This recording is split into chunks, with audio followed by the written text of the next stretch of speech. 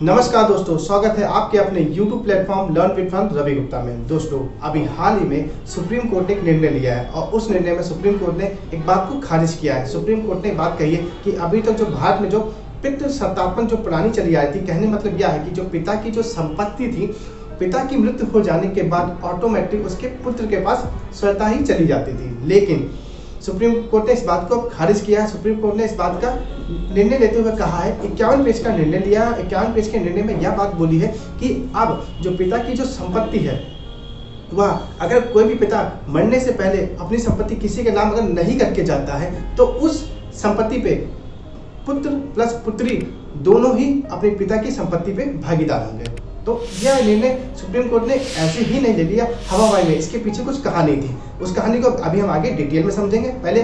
और supreme court निर्णय किस आधार पे लेता? तो सुप्रीम कोर्ट ने पुरानी साक्ष्य, पुरानिक इतिहास, पुरानी यज्ञबल स्मृति, मनुस्मृति को पढ़ के इस साक्ष्य के आधार पे यह निर्णय लिया है कि अब पुत्र के साथ पुत्रियां भी अपने पिता की संपत्ति की पूरी भागीदार हो सकती हैं। तो इस डिटेल को हम आज का जो क्लास है इसको हम डिटेल में कवर करेंगे। कब से किस सन तक ये बात बोली गई थी इसके बारे में समझेंगे और किस किस कंडीशन में बेटियां अपने पिता की संपत्ति की भागीदार बन सकती हैं, इन सबको जानेंगे डिटेल में दोस्तों। तो प्लीज मेरे चैनल को लाइक करिए, शेयर करिए और सब्सक्राइब करना मत भूलिए और बने रहिएगा इस लेक्चर को पूरा का पूरा देखिएगा। और आप खुद नहीं, अपने दोस्तों, अपनी मम्मी पापा को भी दिखाइएगा ताकि ये इन्फॉर्मेशन सबके पास तक पहुंच सके दोस्तों। हिंदू सक्सेशन एक्ट यानी हिंदू उत्तराधिकार अधिनियम 1956 में जो बात बोली गई थी, पहले उसको हम कवर करते हैं। उसमें यह बात बोली गई थी, जब किसी भी पिता की मृत्यु हो जाती है और वह पिता अपनी संपत्ति किसी के नाम नहीं लिख के जाता है तो वह संपत्ति स्वतः ही उसके पुत्र के पास चली जाएगी। लेकिन अभी हाल ही में सुप्रीम कोर्ट ने इस बात को खारिज कर दिया है और सुप्रीम कोर्ट ने बात बोली है कि अब पिता की जो संपत्ति है वह पुत्रियां भी पुत्रियों के पास जाएगी। पुत्रियां भी मतलब पिता की संपत्ति की भागीदार होंगी पुत्र के साथ साथ। दोस्तों, आप लोगों के मन में एक और क्वेश्चन बनना होगा कि किसी की बहन है, वो विवाहित है या अविवाहित है या तलाकशुदा है और घर में है, तो क्या वह पिता की संपत्ति की भागीदार होगी? हाँ, तो वह पूरी की तरह वह पिता की संपत्ति की भागीदार होगी दोस्तों। अब आप लोग सोचोगे सर ये बात हुई कब बोला गया? तो ये भी समझिए, 1956 के बाद इस अधिनियम मतलब हिंदू उत्तराधिकार अधिनियम में 2 बार संशोधन किए गए। एक 2005 में किया गया और एक 2020 में किया गया और इनमें 2 नोटिफिकेशन डाले गए। अब इस नोटिफिकेशन को हम डिटेल में समझते हैं दोस्तों। अब हम समझते हैं आज की जो कंडीशन है उसके अकॉर्डिंग समझते हैं। तो अभी आप सामने स्क्रीन पे देख रहे होंगे, लिखा हुआ है supreme court sets aside cut-off date 9 September 2005 when Hindu Succession Act was amended to cover all daughters respectively under this law। कहने मतलब यह है कि हिंदू लॉ जो ये सुप्रीम कोर्ट ने इन्होंने एक बात बोली है, मतलब कि 1956 के बाद जो संशोधन हुआ है तो 2005 में संशोधन हुआ और उस संशोधन के तहत यह बात बोली गई थी अब क्या है, पिता की संपत्ति पे पुत्रियों का भी अधिकार। जो पुत्रियां जो जन्म ले चुकी हैं 2005 के बाद, उनका क्या है, अगर कोई भी पिता अपनी पुत्री को संपत्ति देना चाहता है वो तो दे सकता है, ये संशोधन के तहत, 2005 के संशोधन के तहत। तो ये बात आपको समझ में आ गई होगी, ठीक है, कि अब पुत्र के साथ पुत्रियां भी अपने पिता की संपत्ति पे हक जता सकती हैं दोस्तों, ठीक है। अब आपके मन में क्वेश्चन आएगा कि सर ये 1956 से लेकर 2005 तक जो पिता की संपत्ति थी उस पे सिर्फ बेटे का ही अधिकार था। अगर सपोज करो अभी तक क्या था कि 1956 से लेकर 2005 तक क्या था, अगर कोई भी पिता है वह अपनी संपत्ति अपने पुत्र को ही देता था। अगर उसका कोई भी, अब एक और क्वेश्चन बनता है, अगर मान लो कि कोई पिता उसका पुत्र ही नहीं है तो वह संपत्ति किसके पास जाएगी? तो वह संपत्ति पिता के भाइयों के पास चली जाएगी और पिता के भाइयों और जो उनके पुत्र हैं उनके बीच में डिवाइड हो जाएगी दोस्तों, ठीक है। तो अभी तक यह बात चल रही थी दोस्तों।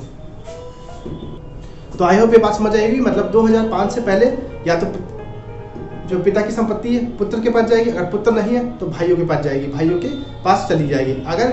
लेकिन 2005 से पहले की बात बोली गई, लेकिन 2005 के बाद क्या बात बोली गई है कि अब अगर उनके बेटा नहीं है, सिर्फ लड़कियां ही हैं, मतलब पुत्रियां हैं, तो क्या है, पुत्रियां भी अपने बाप की संपत्ति की भागीदार है।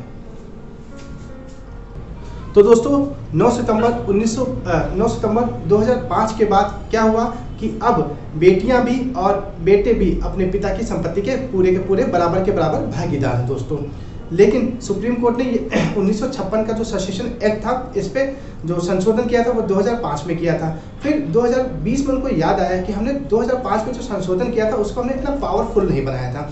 आप पावरफुल कैसे बनाए कि भैया जो लड़कियां थी 2005 के ही बाद उनको हमने अधिकार दिया कि वो अपने पिता की संपत्ति पे पूरा का पूरा अधिकार जता सके। तो सुप्रीम कोर्ट ने अब क्या किया, तो सुप्रीम कोर्ट ने अब उस 2005 वाले निर्णय को भी किनारे कर दिया है। जो 2005 में जो संशोधन किया था उसको भी हटा दिया, उसको टारगेट नहीं किया। अब उन्होंने टारगेट किया है हिंदू ससेशन एक्ट 1956 सन 1956 को टारगेट करके और आज की डेट को टारगेट करके बोला है कि अब क्या है, अब 2005 की चीज को खारिज कर दिया है। बोला 1956 से लेके अब तक जो पुत्रियां पैदा हुई हैं या जो पुत्रियां रही हैं और उनके पिता मर गए हैं, वह संपत्ति लिख के नहीं गए हैं किसी के नाम, तो अब वह पुत्रियां भी या वह लड़कियां भी अपने पिता की संपत्ति की भागीदार हैं। तो अब देखा, पहले 2005 से लेकर 2000 अब तक की बात थी कि अभी तक पुत्रियां क्या थी, अपने जो पिता है उनकी संपत्ति पे हक जता सकती थी। लेकिन अब सुप्रीम कोर्ट ने 2005 वाली बात को भी खारिज कर दिया है और अब 1956 से लेके आज की डेट तक वैलिड कर दिया है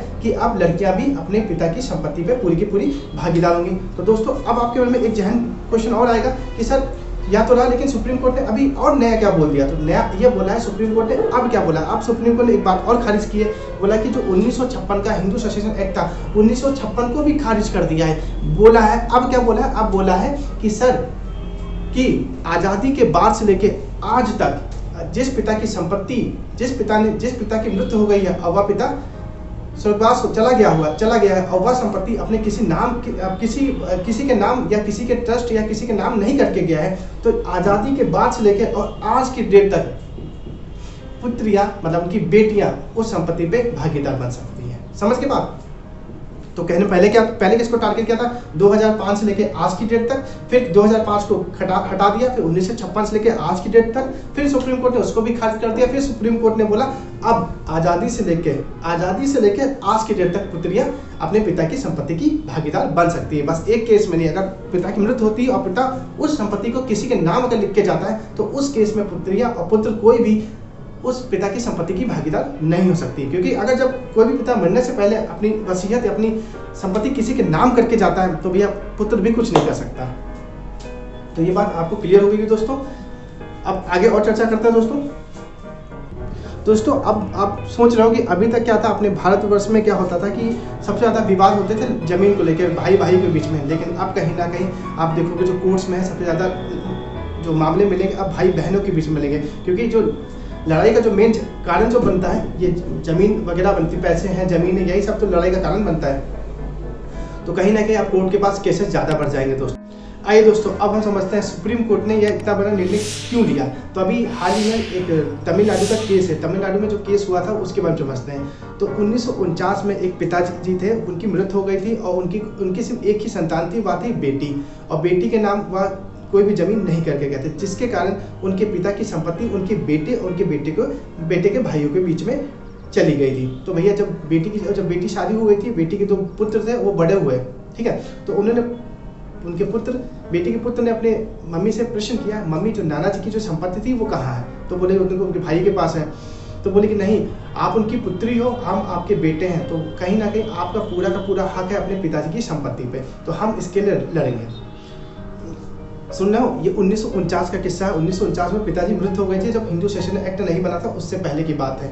अब बात समझिए। और 2005 के बाद लड़कियों को हक दिलाया गया है मिताक्षरा के अनुसार कि लड़कियां भी अपने पिता की संपत्ति का पूरी की पूरी भागीदार हो सकती हैं, ठीक है।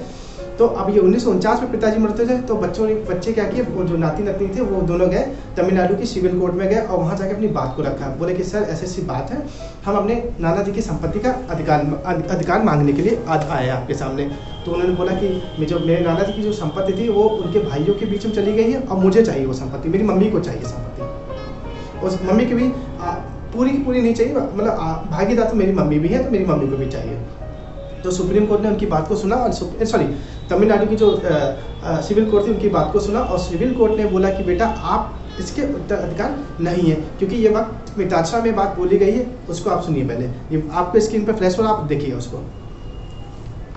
मिताक्षरा याज्ञवल्क्य स्मृति पर वैज्ञानिकों ने टिप्पणी की थी, जिसकी रचना 11वीं शताब्दी में हुई थी। यह ग्रंथ जनात्मक उत्तराधिकार के सिद्धांत के लिए प्रसिद्ध है। मतलब मिताक्षरा किस लिए प्रसिद्ध है? ये उत्तराधिकार मतलब जन्म से लेकर उत्तराधिकार के लिए प्रसिद्ध है। हिंदू उत्तराधिकार संबंधी भारतीय कानून को लागू करने के लिए मुख्य रूप से मान्यता मानी जाती है। पहला दया भाग मत जो बंगाल और आपका असम में लागू है। दूसरा मिताक्षरा जो शेष भारत और में मान्य है।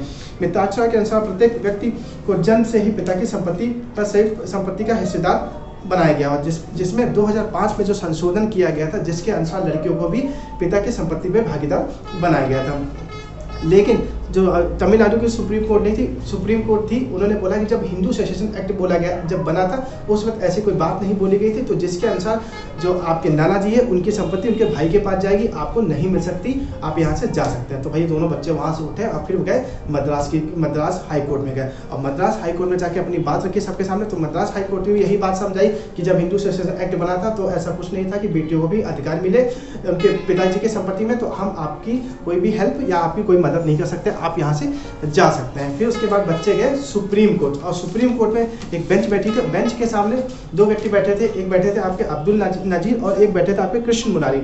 और कृष्ण मुरारी जब ये बेंच चली तो उस सामने बच्चों ने बात रखी और वो बेंच ने इन बच्चों की बात को सुना और उस बात को सुनने के आधार पे बच्चों से कहा कि आप एक काम करो, आप ये साक्ष्य लेके आओ और कहीं ना कहीं से सारे साक्ष्य जुटा के लाओ, जिसके आधार पे हम आपकी मम्मी को निर्णय दिला सके। तो भैया बच्चों ने क्या किया, सारे साक्ष्य इकट्ठा किए, पंडित लाए, वेद लाए, पुराण लाए, पुरानी से पुरानी चीज़ें खोज के लाए और जिसमें ये बात कहीं ना कहीं निकल के आई कि अब पिता की संपत्ति पे पुत्रियों का भी अधिकार है, जिसके अनुसार सुप्रीम कोर्ट ने 51 पेज का एक निर्णय सुनाया और उस निर्णय में कहा है कि पिता की संपत्ति पे पुत्री का पूरा अधिकार है, जिसके अनुसार अब वो तमिलनाडु का जो केस था बच्चे नाती और नतनी को निर्णय मिल पाया सुप्रीम कोर्ट के द्वारा। तो दोस्तों आपके जहन में क्वेश्चन और बनेगा कि कोई पुत्र है और जो कोई पिता है, उनके दो संतान है, एक लड़का है और एक लड़की है और लड़की को भी आधी जमीन मिलती है और लड़के को भी आधी जमीन मिलती है। लड़की की शादी हो जाती है और लड़की चली जाती है अपने ससुराल, तो क्या वह जमीन ससुराल चली जाएगी? हाँ, लड़की के साथ लड़की के नाम वह जमीन रहेगी, लेकिन वह ससुराल पक्ष में या उनके ससुर या उनके हस्बैंड के नाम कभी नहीं जाएगी, क्योंकि इसमें जो अगर लड़की के नाम रहेगी तो लड़की बड़ी महफूज रहेगी और उनके घर वाले कभी मतलब ससुराल वाले कभी लड़की को नहीं मारेंगे। दोस्तों ये देखा जाए तो कहीं ना कहीं लड़की अब यहाँ से महफूज हो पाएगी, मतलब उसको सुरक्षित महसूस होगा अपने ससुराल में।